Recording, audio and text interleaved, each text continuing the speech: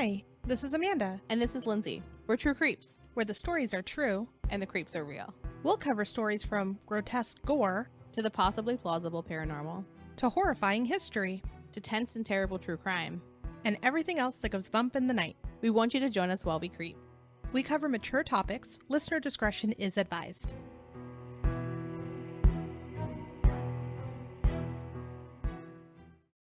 Hey everyone! So today's episode is on Murderous Marys. We were originally going to do a Malicious Mary episode, and if you listen to our Bloody Mary episode, you know we already covered that Mary. But originally our episode was going to have a little legend, a little true crime, and then we realized the legend was long enough for his episode on its own, so we pulled out the true crime. So today we're going to talk about some Murderous Marys. I shouldn't say I was surprised, but I was surprised with how many Marys throughout history committed horrendous crimes. Yes, same. I originally saw Mary Cotton, and then we saw another Mary, and then another Mary, and we were like, oh, these aren't just like run-of-the-mill murders. Like, these are pretty bad. Like, yeah. Murder's generally bad. But they're either generally bad, and then they have a high volume, or they're just truly heinous. And we even had to make some cuts because there's so many. Yeah. There was a long list of Marys. So we are going to start with Mary Cotton, and she's from the 1800s. So I said there's a wide variety of different Marys with different heinous crimes. So she was thought of as England's deadliest serial killer until the late 20th century. It's a pretty big title. Wow. Yeah. I mean, love when women are groundbreaking.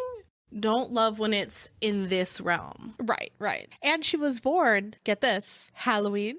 So October 31st of 1832, which seems appropriate. Yeah. She was born in Low Morsley in Durham County in northeast England, and some documentation on Mary's life is missing. So some of the core facts are disputed, like the exact date she was born, death certificates, that sort of thing. But I'd like to believe she was actually born on Halloween. Yeah, it feels right. But I also kind of don't want her to ruin it, muddying up our just like spooky, good time, wholesome Halloween with her actual murder, you know? That's true.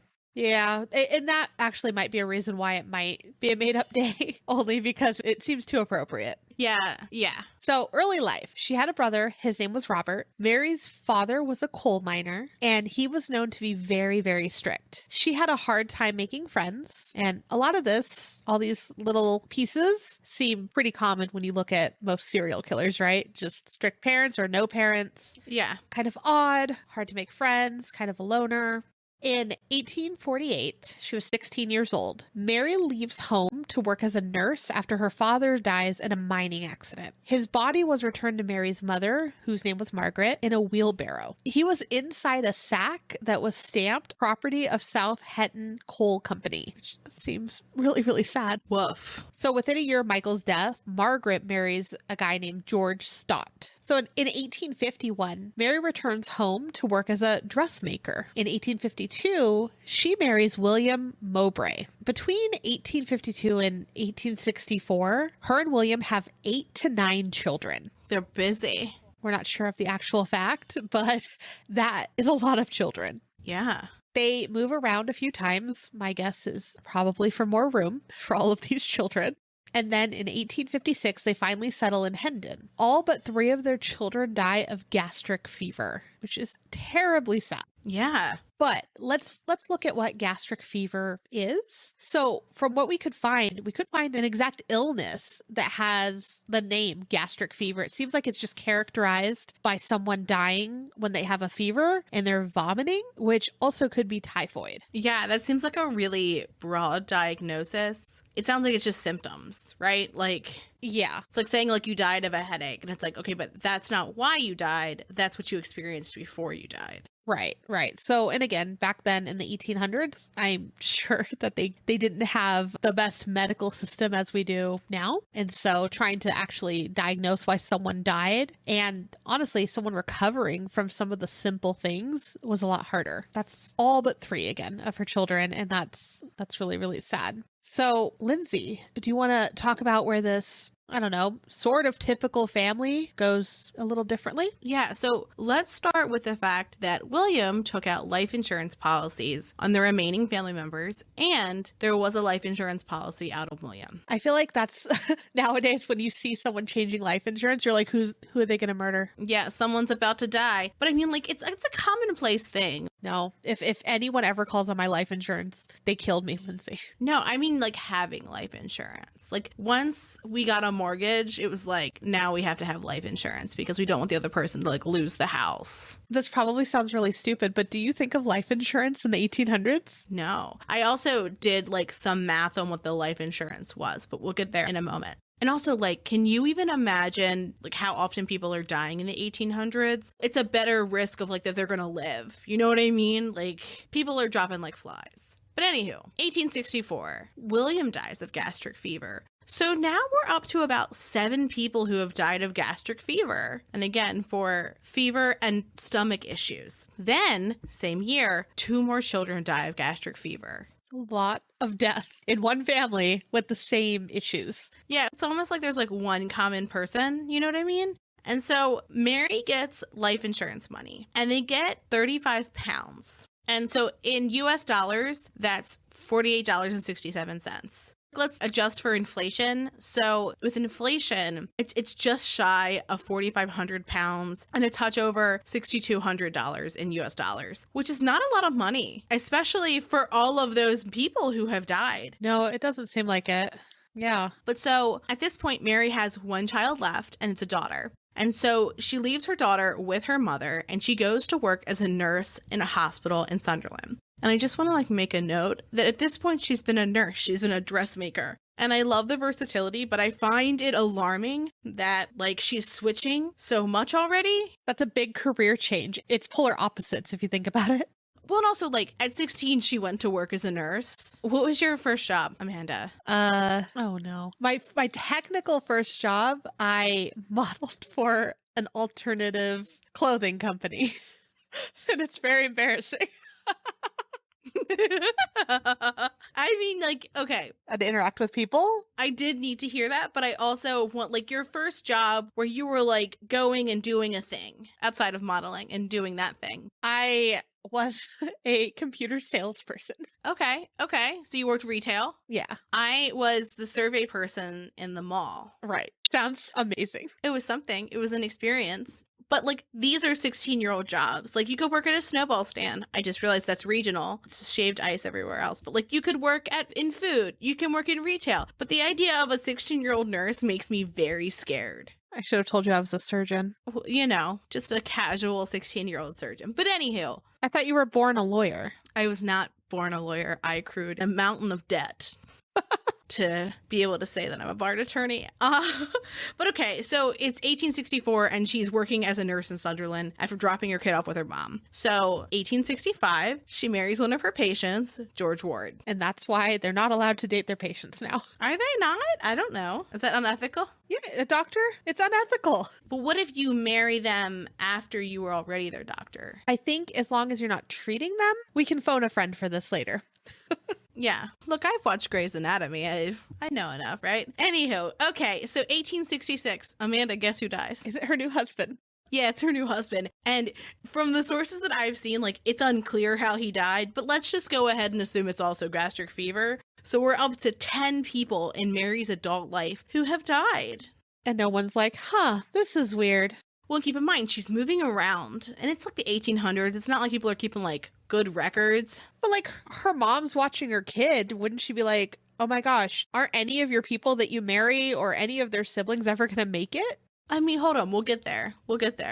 So, surprise, surprise, she collects more insurance money. Then she goes and works as a housekeeper to a widower named James Robinson. And she's there to take care of his children as well. And so she'd been there just a few weeks. One of his kids dies of gastric fever. Strange. So 1867, she goes to visit her mom, who I am assuming is having this conversation like, it's super weird that everybody dies of like stomach problems when they're around you. Like this seems suspect, right? Yeah. Her mother dies a week after she visits her. She was very upset about that conversation. I'm sure she was. So she takes her daughter back to live at the Robinson home with her. In the April of 1867, Mary's daughter and 2 of the Robinson children die. So we're at 15 people now. That's insane. Insane. That August, she marries James Robinson. She must be very charming.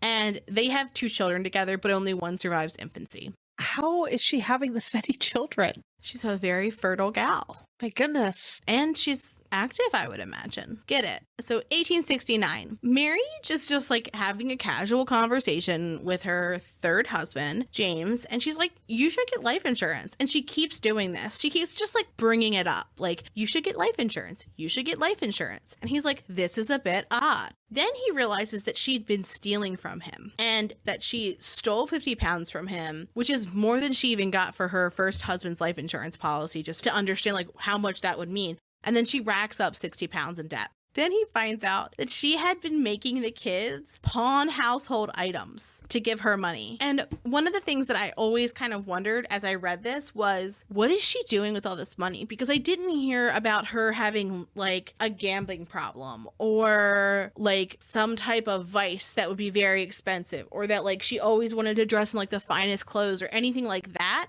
So I just saw that she was just like a dragon on top of a bunch of gold, just trying to amass wealth, which, I mean, that's not altogether surprising when she grew up from what it seemed like relatively not very well off. And then her mother's financial situation drastically changed when her father died. So like, I can see like wanting to accumulate wealth, but it seems like that is her like primary mission in life. So James kicks her out and she's homeless. So from 1870 to mid-1871, during this time, she meets Frederick Cotton, who's a widower, after one of her friends introduces her to him. Then, pretty soon after, Frederick's youngest child and his sister, presumably the one who introduced him to her, they both die. So we're at 17 people. That September, Mary and Frederick get married, although she's still married to James, mind you. Right, he just kicked her out. Yeah, he just kicked her out, and she was like, I can get married again. What's another marriage? So then Mary and Frederick have a son. During this time, Mary finds out that her former lover, Joseph Natteras, wasn't married anymore.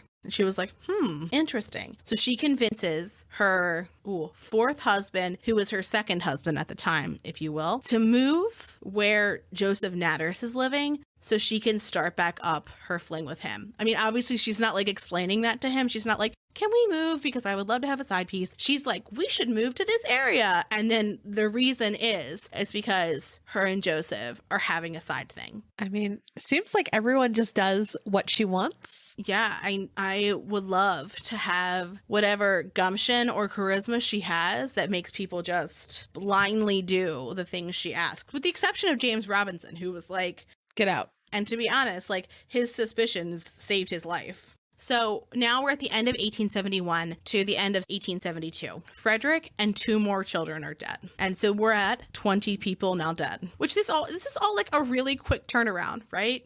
It's only a few years. Yeah, if you really look at it. Yeah, and it's especially quick thinking of how many children are dead. Because nowadays, if any one person had this many children around them dead, I would love to think that we would be like, this is like the reddest of flags. So Mary receives another insurance payout, and Joseph moves in as a wink wink lodger into their home. It's not surprising. He dies and he leaves all his belongings to her, but he doesn't have much. So Mary, with her vast career history, she's now the assistant coroner. That's perfect. It's perfect. It makes me very uncomfortable. So she begins a relationship with a man named John Quick Manning and then gets pregnant by him. And she tells an official sometime during her pregnancy that she couldn't marry him because her 7-year-old stepson, Charles Edward Cotton. And then she said, I won't be troubled long, just like casually. And then there's another person who she's talking to who's a parish official. And he asked her to take care of a woman who had smallpox. Because keep in mind, like, people knew that she was a nurse. She has children with her. Like, she's working as the coroner. So she seems like she has like some medical knowledge to her. And she said if she was going to do that, she would need to send her stepson, Charles, to a workhouse. And so the parish official who she's talking to is like, no, like, you don't need to do that. You don't need to give up your stepson in order to do this. And then she starts complaining about having to support the kid. And she had made the complaint several more times about having to take care of him. And on one of those times, she said that she could have been married to her late husband's brother, but for the child, and said, but quote, he won't live long. He shall go like all of the rest of the Cotton family. And so the parish official says, you don't mean to say that a healthy boy like him will die? And then her response was, oh yes. So for once, someone's like, how peculiar. This is strange. This lady's crazy. And then surprise, surprise, after the last conversation she had had with that parish official, 5 days later, Charles dies. That puts us at 21 deaths around one woman. One woman, most of them children. So the parish official who she had spoken with notified law enforcement, and they asked the doctor to hold off on writing the death certificate. Mary didn't know that the death certificate hadn't been issued, and she tried to collect Charles's life insurance. And the official that she spoke with was like, something is not right here, thankfully. And he kept pressing until there was an inquest. And from what I understood, an inquest is kind of like a grand jury in America. So she said that the official was bitter with her because she had denied his sexual advances. And the jury was like, no, this doesn't taste right. She's fine. And they don't press formal charges. But a newspaper looked at it and went, that is strange. And they looked up her past and they discovered all of these deaths. And also keep in mind, she had been moving with different last names. So right. So it's hard to follow. Yeah, it's hard to follow. And Mary's such a common name. So it's kind of easy to see how you couldn't piece it together at first. Well, and think about the 1800s trying to locate someone on paper, right? You can't look it up any other way in different cities. I could totally understand why. Oh my gosh, right? Yeah, absolutely. Yeah. And so newspaper prints a story about Mary and her past. And so then law enforcement goes to the doctor who had kept samples from Charles and they test positive for arsenic. So let's talk a little bit about arsenic poisoning. Gastric fever, which again is fever, stomach issues, including vomiting. Okay, very easy. Has very similar symptoms to arsenic poisoning. And so during this time, arsenic was used in a lot of household products, and we'll talk a little bit more about that in a moment, but it was really easy that people could ingest it. And different people would be susceptible in different volumes. So the reason that people could have been dying at different times was because a smaller dose could kill one person, whereas another person might have an oddly high tolerance for arsenic. So there's two different types of arsenic poisoning. One is acute and the other is chronic. Acute is one big dose. Chronic is repeated small doses. For acute arsenic poisoning, symptoms include nausea, vomiting, burning of the mouth and throat, severe abdominal pains, circulatory collapse, and death. So you could see how this could be gastric fever, if you will. And then for chronic arsenic poisoning, you would slowly lose your strength. You'd have bowel problems. You would have pigmentation issues and your skin would kind of scale because at this point you're going to be getting malnourished, right? Because you're getting sick all the time. Paralysis and convulsion, degeneration of fatty tissue, anemia, and then also streaks across the fingernails, which is apparently like a very common symptom, if you will, of chronic poisoning. So if you think anybody in your life is poisoning you with arsenic, one, get away from them. But two, take a look for some streaks on your fingernails. And it's nowadays, it's typically found in tests with hair, nails, or nail or urine. So, but then they checked stomach contents. So the bodies of Joseph Naderas and the two other Cotton children were exhumed, and they were all determined to have arsenic in their stomach as well.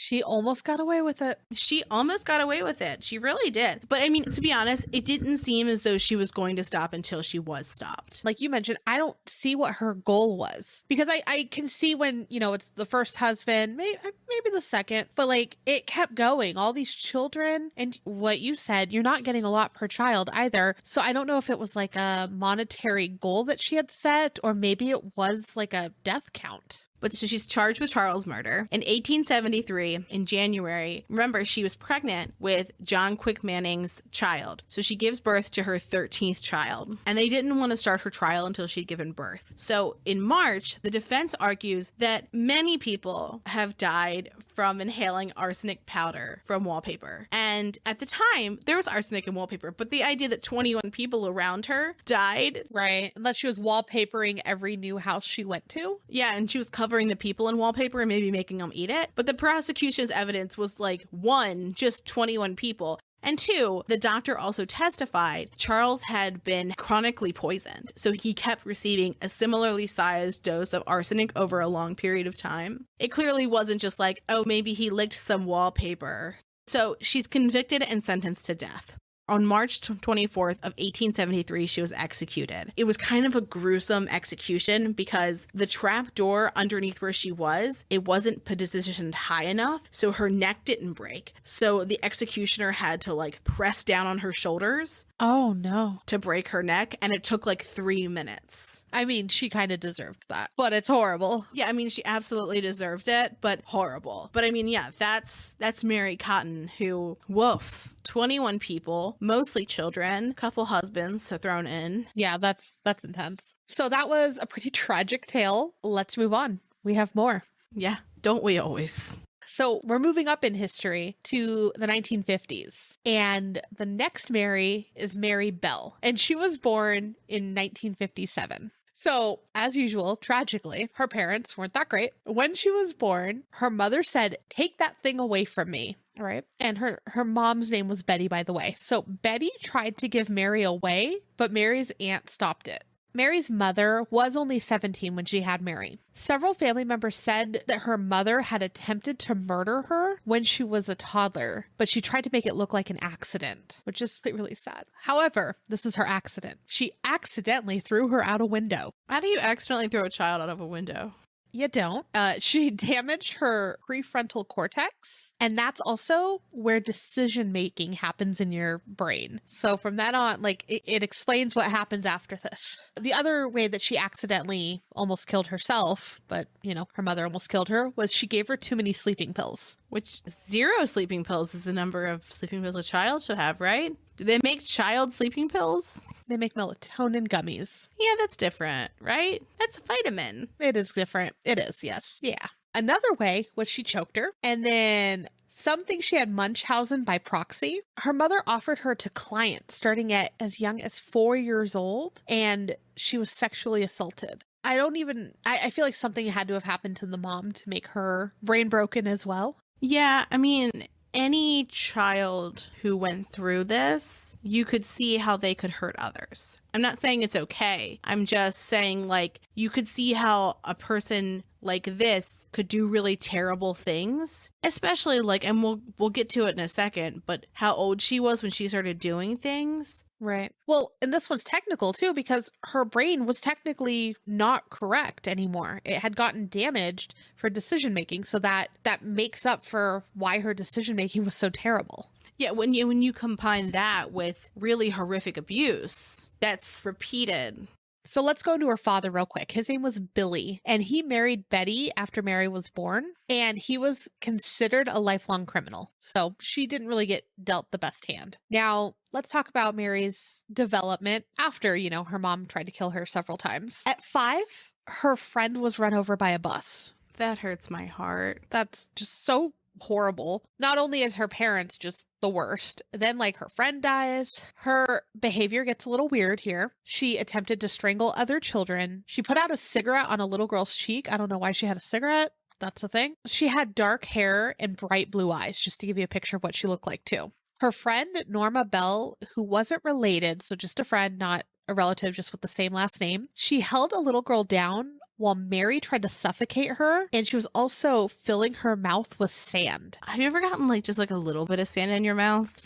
Awful. Could you imagine just someone packing it in? I feel like you'd never be the same. It's like an exfoliation inside of your mouth. The fact that she was doing this kind of stuff and she was still in school. Nowadays, I feel like children would be removed from school upon the first thing on this list. Any one of these things would have gotten them expelled from school. Yeah, that's a lot. And also, this other little girl that was helping her. I mean, look, Norma's not so great either. Yeah, when I read about this too, a parent-teacher conference for this. But teachers said that she was very smart. However, she didn't have empathy. I mean, that's pretty clear. Well, yeah, but I mean, just imagine that conversation. It's just a weird thing to imagine.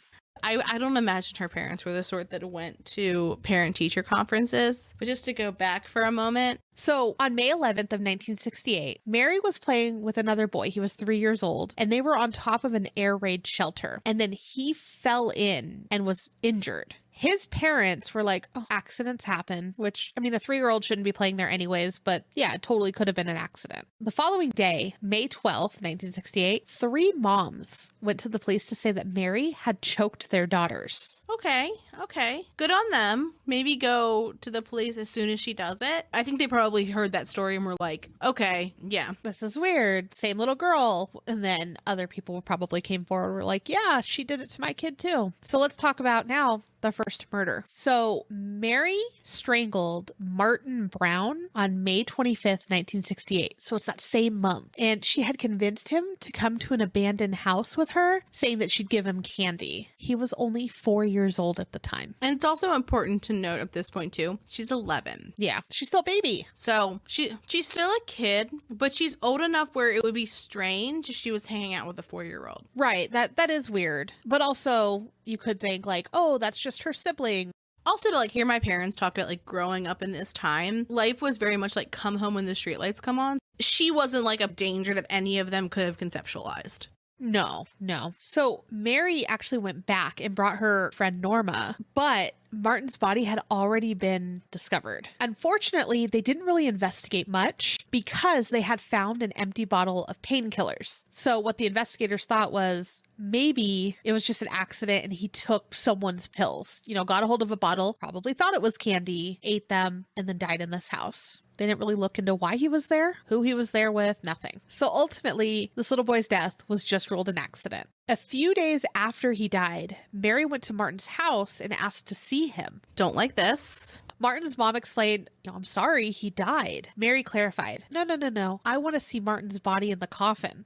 Can you imagine how much you might want to slap a child if they said that to you? So she held back from that, at least, but she did slam the door in her face because that's not a thing you ask someone. Very true. Yeah. So now Mary and her little friend Norma, I feel like that could be like a really creepy book or... Mary and Norma. Yeah. Mary and Norma. I liked the name Norma until this. Norma's a bad seed. Yeah, Norma is a bad seed. Like if your sidekick's down for this, ruh-roh. We have to see what happened to Norma. Maybe we'll add it to one of the digests later. But I feel like Norma, I know Mary's probably the worst one, but I just feel like we got to keep an eye on Norma here. So they both break into Martin's nursery school and they vandalized it and basically put on there that Martin was killed and that they would definitely kill again. So police thought it was a prank because why wouldn't it be a prank? That's actually infuriating. That's the weirdest prank. It's the weirdest prank, but also that they're just like, someone would be playing a joke on this 4-year-old dead boy. Yeah. No, that's not a thing. However, the nursery school had been broken into before, but I feel like that's a much different level. Breaking in and spilling some finger paints is way different than confessing to murder on the walls of a pre-K. Yeah, for sure. So what the nursery school did then is they installed an alarm system and they had caught Mary and Norma a few nights later. So since they were just loitering, the police didn't do anything. They were just like, no, it's just kids hanging out. Or they were about to break in again. No, it couldn't be. 2 little girls, they wouldn't do anything wrong. No, they're little ladies. So Mary also bragged about killing Martin to her classmates. Could you even imagine, like, you're 11? I don't know. I was really awkward. I'm still awkward.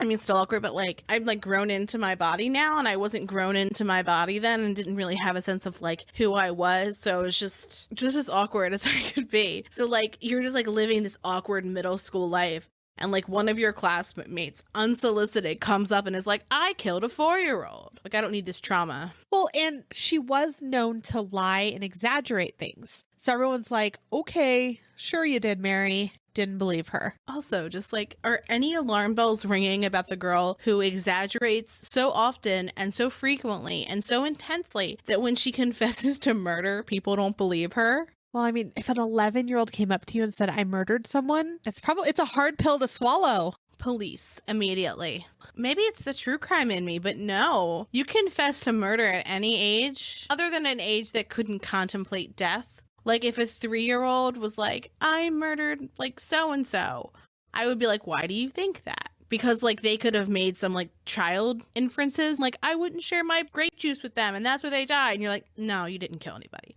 But okay, so let's move on to the second murder. Which shouldn't have even happened. It shouldn't have happened because they confessed, with the exception of like walking their little like tween selves into the police station and confessing. They made it pretty damn clear. So the end of July of 1968, on the 31st, Mary and fucking Norma killed Brian Howe by strangulation after luring him away with candy. So he was only 3 years old.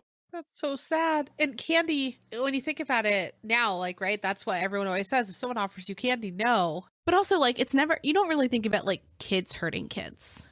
No. Well, nowadays you have to think that too, because a lot of horrible people use kids to lure other kids. The world is a sick place. It is. So they carved an M into his abdomen. Some sources say that the M that's carved in looks like it was originally an N, but then it was changed to an M by a different carver. So maybe Norma carved the N and then Mary put the M, or maybe like vice versa. Yeah, that's horrible. There was scratches on his thighs, and they also mutilated his genitals. Mary and Norma offered to help Brian's sister when she was looking for him. And that's like a new level of sick, because now they're kind of reveling in the pain that it's causing people for him to be missing. Well, that's a common thing now too, is people inserting themselves into the investigation, right? Mm-hmm. Mary and Norma suggested that they look near the concrete blocks that hid his body, because I'm assuming like there's cinder block kind of things. His sister's response was like, he won't be over there. So they're like trying to take her to the body so they can see her find him. And his sister's like, no, he wouldn't be over there. So she doesn't go there, and they continue to search. And so when his body eventually is found, when they're examining his body, it's pretty clear from the injuries that were sustained that the killer was a child because of the lack of force. When interviewed by police, Mary was evasive and Norma was unnecessarily excited. And Mary made up a story about seeing an 8-year-old carrying broken scissors away from that area. And at that point, the mutilation hadn't been shared. So they were like, why do you know that scissors would be necessary? Police pressed on both Norma and Mary, and they both implicated themselves. Mary admitted to being there, but she blamed everything on Norma. And so, I mean, could it have just been Norma this time around? Perhaps, but because she had killed Martin by herself, it kind of suggests that it likely was Mary with an assist from Norma. Right. But so both of them were charged and trials were set. After she was arrested, the court appointed a psychiatrist, and they said that Belle exhibited classic elements of psychopathy. And the judge agreed. Wow. So Belle was found guilty of manslaughter and sentenced at Her Majesty's pleasure, which basically means that she was sentenced for an indefinite amount of time because of just the heinous acts that she had done. It makes sense that she would have a heavy sentence, but that seems like an unjust sentence. And this was in England, which is why that she was sentenced in a different way than it would be in America. In America, we have clear-ish sentencing guidelines. But so Norma was considered an unwilling accomplice, and that she was just under a bad influence. So she was acquitted. Amanda, even during your most impressionable time in your life, do you think you would have went along with anything like this? Absolutely not. No. Absolutely not. Bad influence or not, like, you're part of it. But so, disgustingly, Betty, Mary's mother, she kept selling stories about her daughter to the tabloids, and she would like forge like journal entries and different writings to support the claims about her having psychopathy. So Mary served 12 years in prison, which is a pretty short amount of time considering she murdered 2 toddlers. Right. She was released when she was only 23 in 1980. Oh gosh.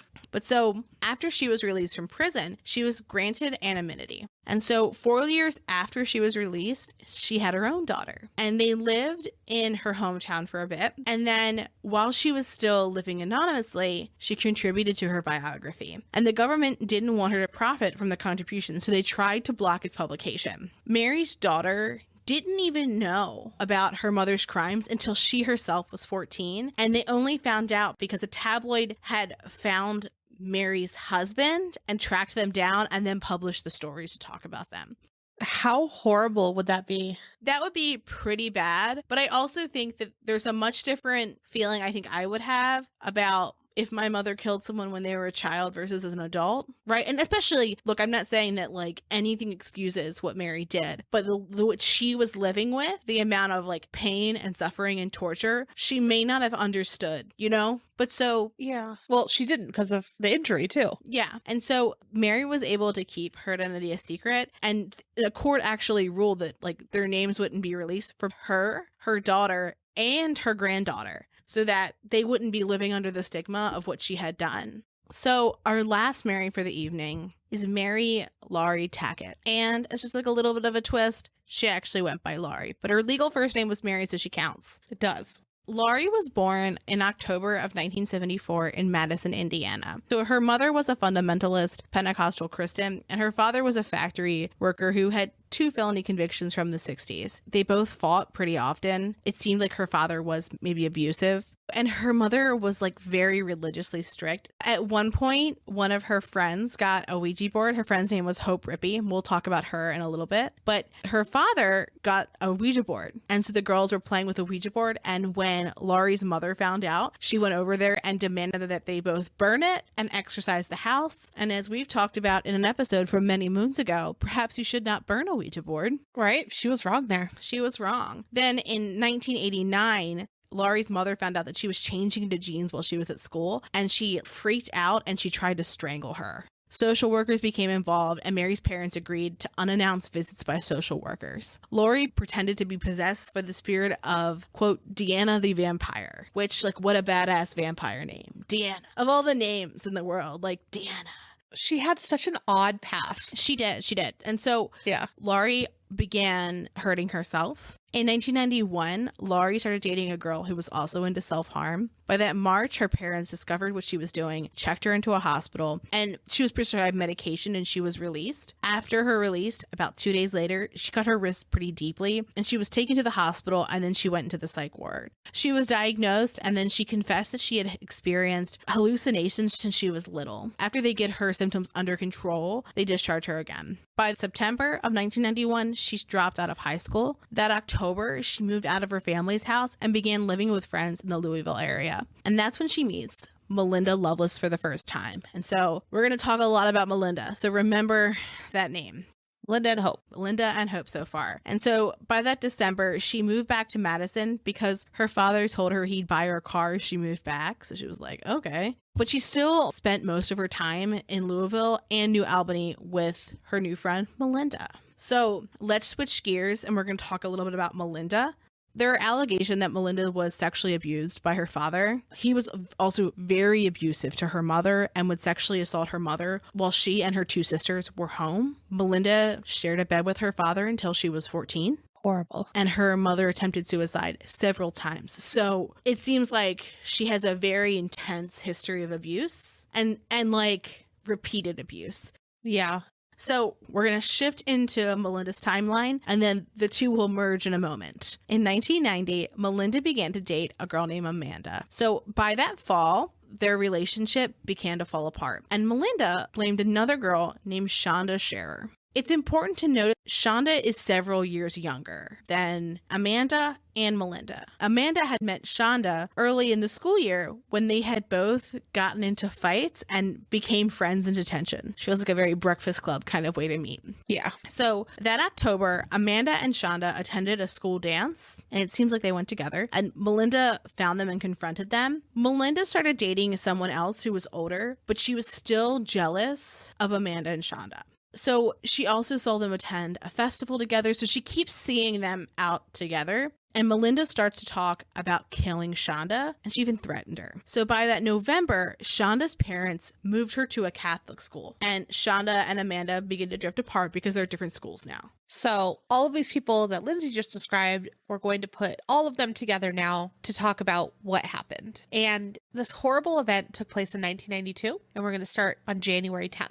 So we already brought up Hope Rippey and Laurie Tackett, whose name is Mary. They had another friend named Toni Lawrence, and the three of them drove Laurie's car to Melinda Loveless's house. And again, she lived in New Albany. Toni and Hope were friends of Laurie's, but they actually didn't know Melinda. Sounds like they had just heard of her or, heard Laurie talking about her. When they arrived, they were told by Melinda that she wanted to scare Shonda with a knife. And Melinda told them that she very much disliked Shonda for being a copycat and stealing her girlfriend. It all sounds very young adolescent anger, like, oh, she's copying off me. Like, yeah, who cares? As an adult, I'm like, oh, I have that same top.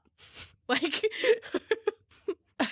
Yeah, that's fair. I'm still, you know where this is going. She's going to go scare a younger girl with a knife because they're a copycat and stole her girlfriend to, her friend and to two technical strangers. And everyone's like, okay.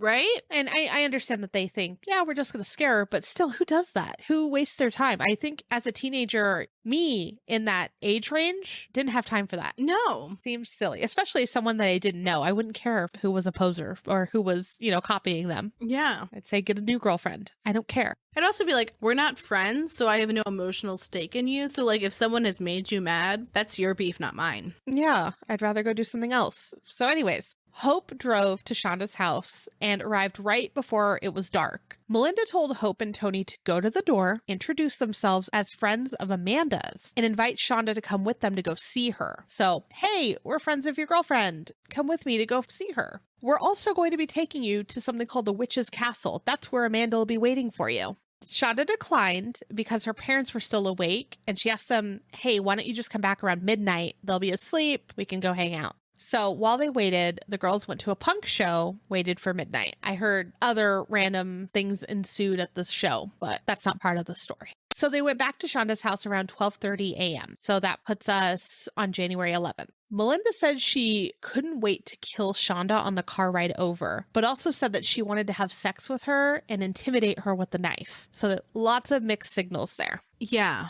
Toni refused to go get Shonda. I feel like Toni knew something was up, and so Laurie and Hope went instead. Melinda then went in the back seat and hid under a blanket, so when Shonda entered the car, she wouldn't know anyone else was in there. Shonda was actually a little hesitant at first, but she was like, okay, yeah, let's go. Melinda put the knife to her throat when she entered the car, and then they headed to the witch's castle, which I was like, what is the witch's castle? What I saw online was that it was a ruined stone house, and some other people referred to it as Mistletoe Falls, and it's in like an isolated area overlooking the river. Okay. So, like people could technically drive by it, but it would be hard to see. Sounds like a lot of like teenagers go to hang out there. So I'm sure you had something in Maryland where it's just this random place that people go hang out. No, not that was like abandoned. Like I, as a teenager, hung out in an airport hangar that one of my friend's dads had. See, that's weird. That counts. That counts, I guess. They had raves. It was really cool. But yeah, but it wasn't like an abandoned thing. And like my parents dropped me off there. Like they knew where I was. There's not like that I've encountered an abandoned house in the back of the woods where all the kids hung out. We didn't have woods. Oh. But we did have weird golf course areas. And one had like this little island. We called it Duck Island because only ducks lived there. Okay. And if the water wasn't too high, there was some rocks that you could like skip onto to get to the island. It's a tiny lake. Interesting. This is like abandoned golf courses, you said? No, it wasn't abandoned. Like it was just no one went over there like in the evening. So it was cool to just go over there without the creepy golfer men. I mean, fair. Fascinating. Interesting, right? Did you get to hang out with ducks though? Oh, yeah. I love ducks. That's why they follow you now. They know. You're their people. They know. If you ever hear ducks in the background of a recording, it's because ducks come to my front door and scream. Yeah, because Amanda feeds them. They come to her for food. So once Shonda entered the car, Melinda ordered her to tell the truth about stealing her girlfriend or have her throat slit. From what I understand from a couple of the different accounts throughout when they talk about the crime, one of the girls said she was crying, she was trying her best to answer the questions, but she was really scared, understandably. Once there, they bound her arms and legs with rope. Shonda again was crying, and the girl started to get nervous because there was car lights. So they were at the witch's castle, people could still drive by.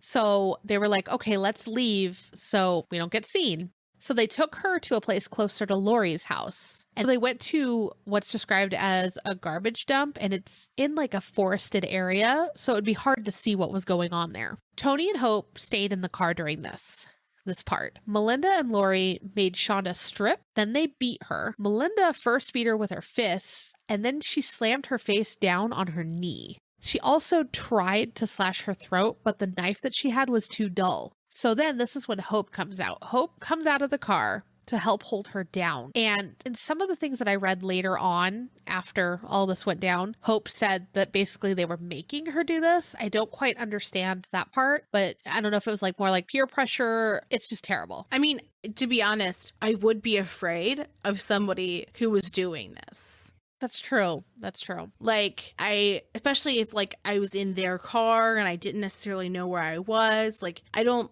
think I could do this, but I do see how she could be scared into thinking that she had to. Right.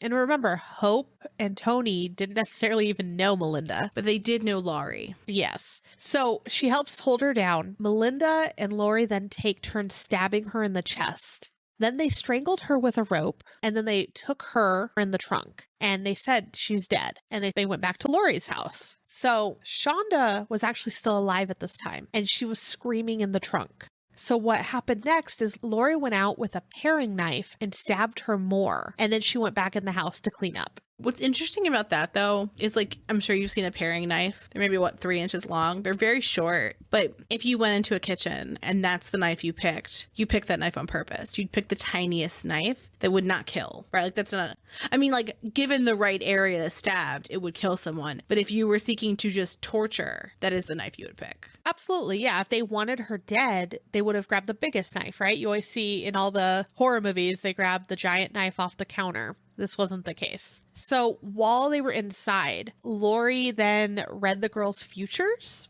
did like a little reading there. Then around 2:30ish in the morning, Melinda and Laurie left and they were going for a drive. The other two girls, so Toni and Hope, they stayed in the bedroom, so Laurie's room. And both of them at this point thought, no, Shonda has to be dead, right?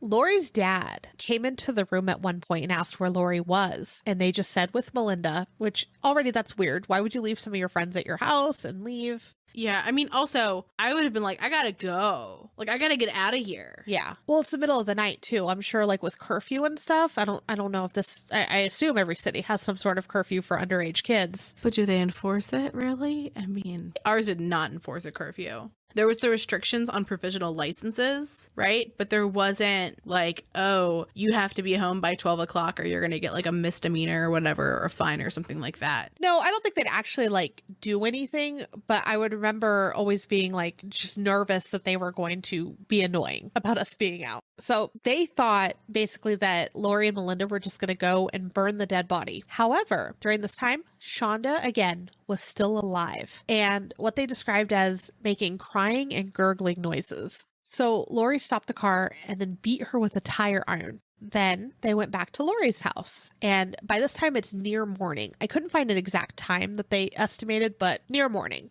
Hope asked what happened with Shonda. Laurie told her about the torture, and then she laughed. The girls woke up Laurie's mom as they were talking, and she yelled at Laurie for being out so late and for bringing girls back to the house. I mean, fair. Yeah, absolutely. It's, almost morning. Wait till she finds out what she has to actually yell at her about. Right. So then everyone gets back in the car. Laurie then takes the girls to a burn pile that was near her house. And she's like, I'm going to show you Shonda. And Toni refused to look. She's like, I'm not going to deal with this. Hope then sprays Shonda with Windex on one account. And she says, you're not looking so hot now, are you? And at this time, she is still alive. So she's been beaten. She's been stabbed multiple times. And then she's been beaten with a tire iron. And she's still alive. So here's what I don't understand is that, because I've seen in accounts too where they have that quote that Hope said, that just doesn't sound like a person to me who's too scared to be there.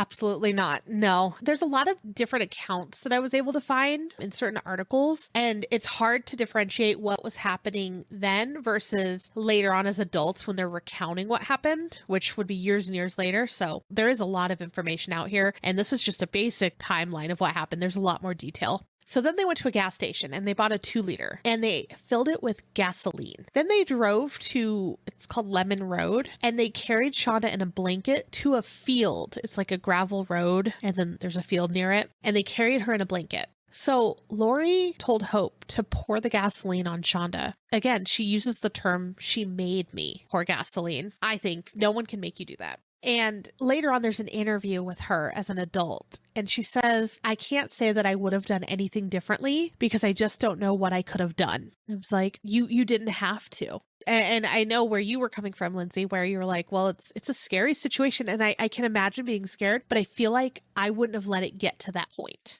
You know, like you made so many bad choices to get to that point, that moment. Here's my thing, is that they were like, I just want to scare her. I don't care. I don't care. You don't need to scare anyone. Amanda was not property. She could not be stolen away. She left of her own volition. That was her decision to make. But even to the point where they go and knock on her door and she says, come back later. That puncture that they went to, they could have like burned off some rage in the pit, like dealt with it and moved on, but they didn't. They went back. There was so many times when like the original like thought of it, say no then. The first time you go to the door, you could be like, hey, she's trying to be an asshole. Just say, we're just going to agree that this isn't going to happen. She could have warned her. Like she could have went to the door and been like, hey, I'm with this girl. I don't really know her. She told us to come try to get you, but we're just going to say that you said you can't come out. If she was scared, that was another way she could have played it. Then they could have went to the show and she could be like, you know what, guys, I'm going to go to bed. I'm not feeling great. Even if she was not strong enough to fight back, she could disengage. And the less people that Melinda had to convince to do this with her, she may have chickened out herself. Exactly. And then when they went to the door again, they could have done the same thing. Like at so many points, they could have just not.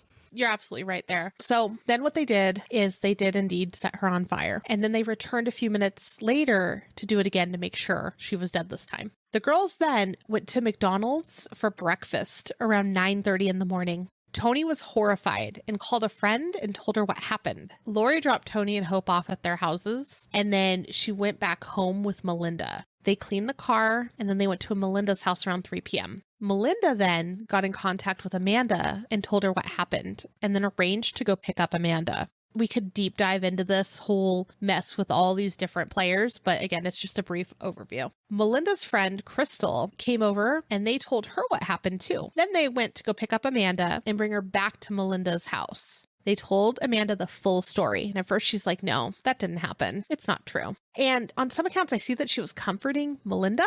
And I'm like, this is very weird. I don't know if that's true, but I did see it on a couple different places. To prove that it was true, Laurie showed Crystal and Amanda the trunk with the bloody handprints and Shonda's socks. Let's just take a moment to pause. Someone calls you and says, I killed your new lover. Do you then go with them places? No. No, and it's weird because their relationship is very strange. And there are tons of things online, even now, surrounding Amanda because the family thought it was her fault. Yes, I think that's in part because of the age difference between the two. Yeah. But again, she wasn't there. To my knowledge, she didn't know prior. She knew that she had threatened her. And from what I understand, the family knew that this girl was no good, being weird, threatening their daughter. So it's a terrible, terrible thing that happened. And I don't dismiss anyone involved, but also it's hard to blame just one kid, one kid. They're all kids. So now again, we're in January 11th. Shonda's dad noticed that she was missing and called neighbors, friends, anyone he could all morning. Later that morning, Dawn and Ralph Foley found Shonda's body while they were out quail hunting, and the body had been posed. Her legs were spread and her arms were up. And then Shonda's dad and his ex-wife went out around 1:45-ish to file a missing persons report. Earlier that morning at 8:20, Toni had went to the sheriff's office with her parents and told them the story. They were able to confirm later on that the body that they had found matched the person that was missing. It was also confirmed with dental records. Forensic expert Sergeant Curtis Wells, when he was investigating the crime scene, he did notice that it appeared that she had been sexually assaulted as well. It's one of the most horrific cases, especially when you're thinking of young adults, teenagers, young children. Originally, investigators thought that the body was a killing after a drug deal had gone wrong, before they knew who it was. Originally, the Sharers were excited when the police called because they thought, oh, this must be good news. Witnesses later testified that Laurie was obsessed with the occult and the notion of killing someone. She had proposed asking Sharer's ghost during a seance how it felt to die by fire. I guess she had said that to someone, which is absolutely horrific. So police then went to Melinda's house to arrest them and found them sleeping in Melinda's room. Just sleeping. Everything's fine. Normal day. From the account that I had read, the officer that went in slammed open the door and screamed for them to wake up. They were just that mad about what had happened that they're just in there sleeping peacefully. But so good. All 4 girls were charged and were sentenced. We're not going to go through the full trial, but here are some interesting notes about the trial and some things that were happening around that time. So in December of 1992, Laurie gave an interview and said, I didn't think she was going to go that far. It wasn't really the fact that I can't believe I'm doing this. It was the fact that I can't believe this is happening. I told her it was stupid. Shonda hugged me. She asked me to not let Melinda do it. She was crying. There wasn't anything I can do. Ugh, that hurts my heart. Yeah. Well, also,